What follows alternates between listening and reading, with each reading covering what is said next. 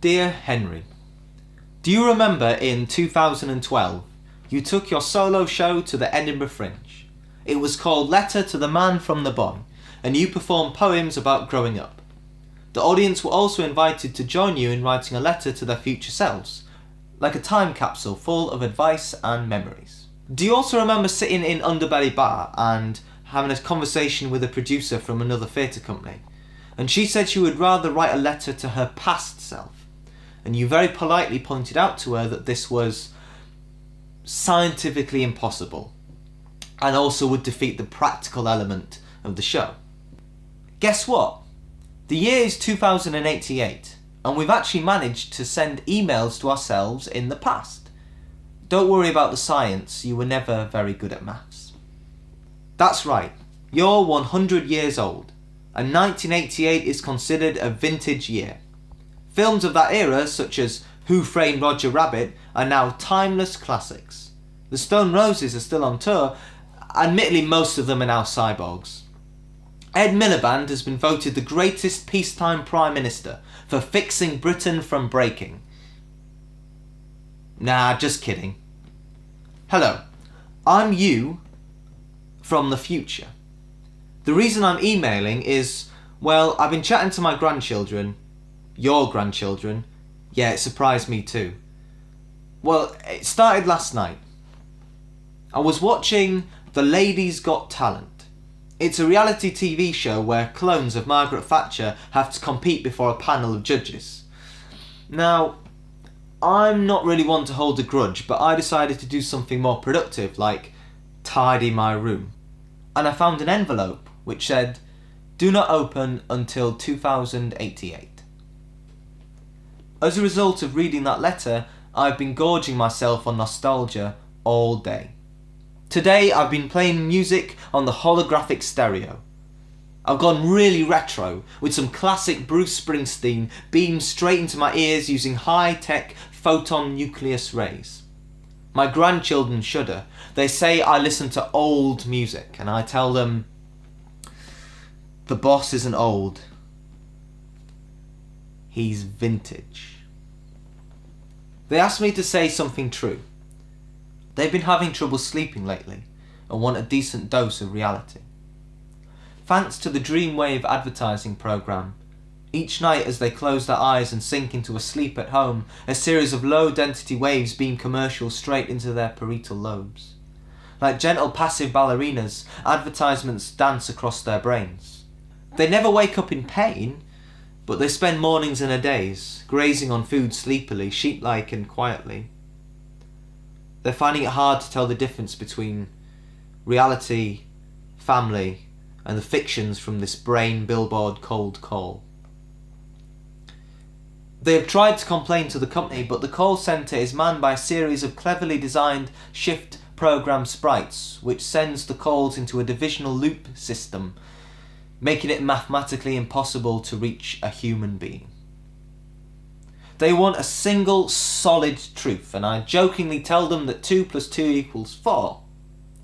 And they tell me that was proved false by the Cognitive Calculation Coalition using the University of Peru's Uber calculator.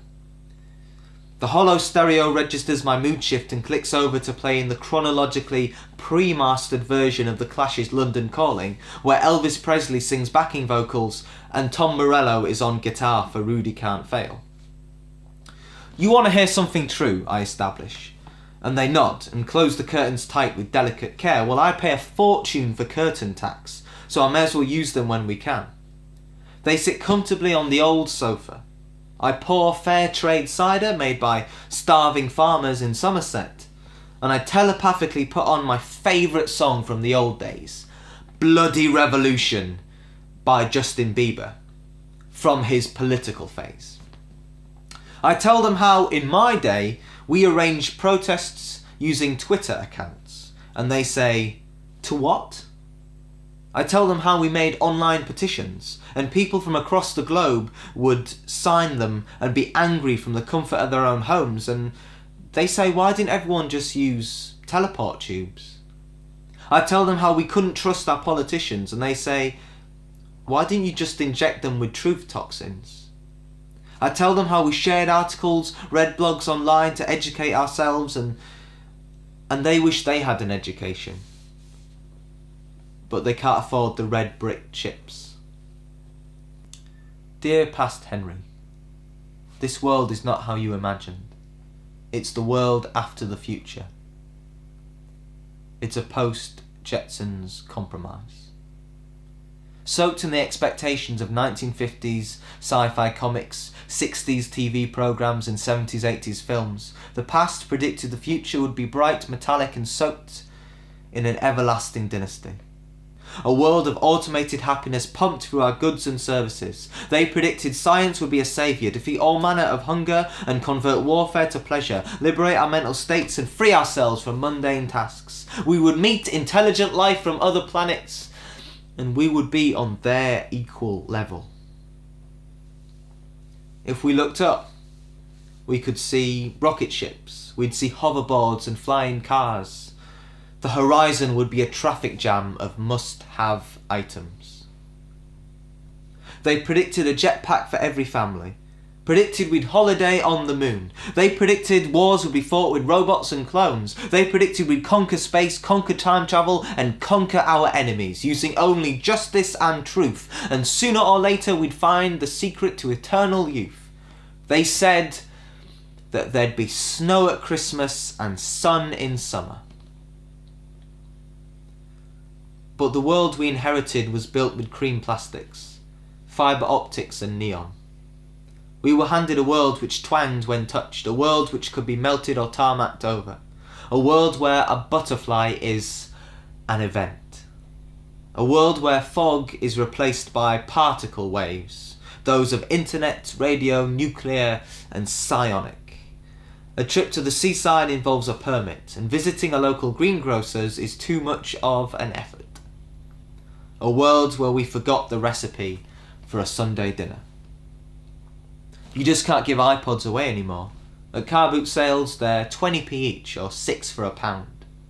We do not have colonies on the moon, though there are plans for a prison camp on Mars. Have you scanned your Nectar card?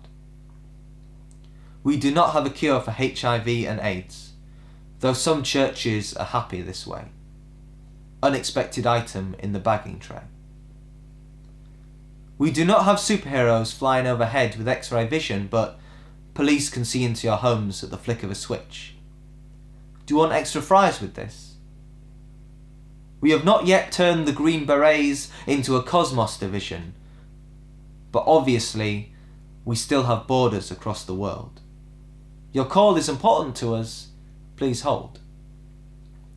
We have not yet resurrected Beethoven to finish his symphony, though we still value profit above art. Error. Please restart. So I'm not sure what to tell my grandchildren, your grandchildren, because facts are perfection. In 2088, perfection is an archaic word. I have learnt we were betrayed by possibilities.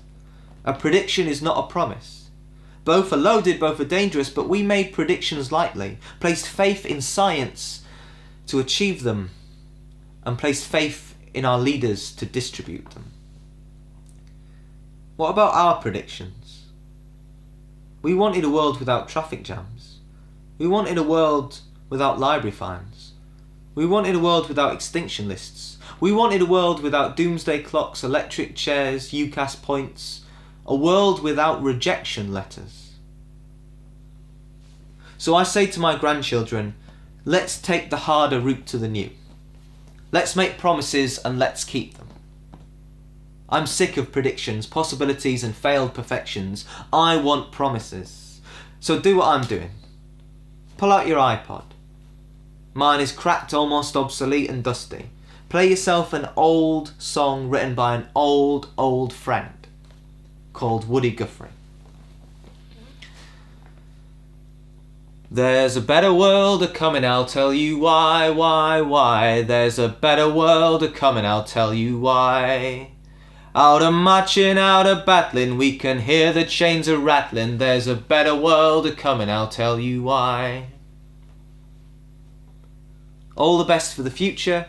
Yours sincerely, future Henry. P.S. If you get chance, Joe Strummer becomes a zombie, so to see him in concert is worth every penny.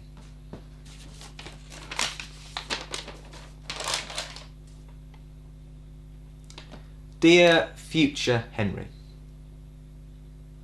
I wonder whether today is the dystopian future.